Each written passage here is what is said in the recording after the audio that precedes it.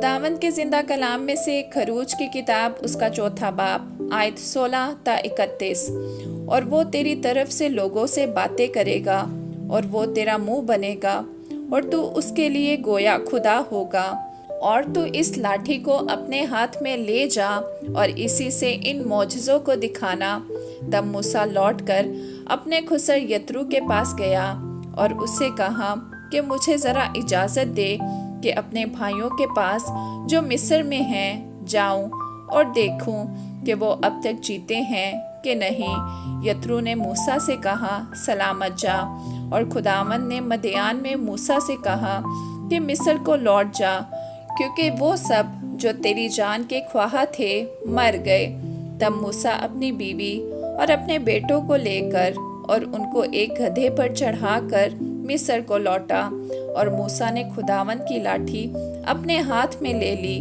اور خداوند نے موسیٰ سے کہا کہ جب تو مصر میں پہنچے تو دیکھ وہ سب کرامات جو میں نے تیرے ہاتھ میں رکھی ہیں فرعون کے آگے دکھانا، لیکن میں اس کے دل کو سخت کروں گا اور وہ ان لوگوں کو جانے نہیں دے گا۔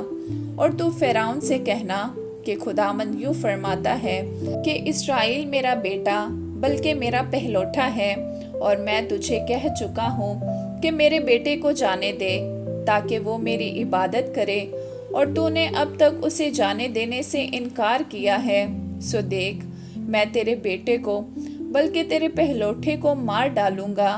اور راستہ میں منزل پر خداوند اس سے ملا اور چاہا کہ اسے مار ڈالے۔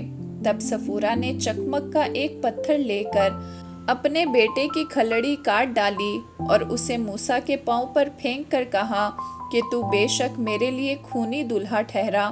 تب اس نے اسے چھوڑ دیا۔ بس اس نے کہا کہ ختنہ کے سبب سے تو خونی دلہا ہے۔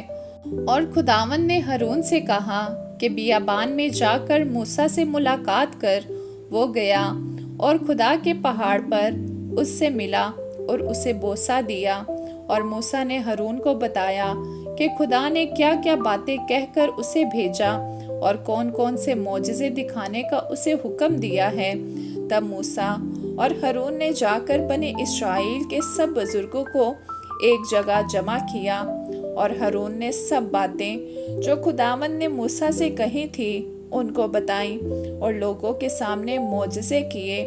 تب لوگوں نے ان کا یقین کیا، اور یہ سن کر کہ خداوند نے بنی اسرائیل کی خبر لی اور ان کے دکھوں پر نظر کی، انہوں نے اپنے سر جھکا کر سجدہ کیا۔ آمین۔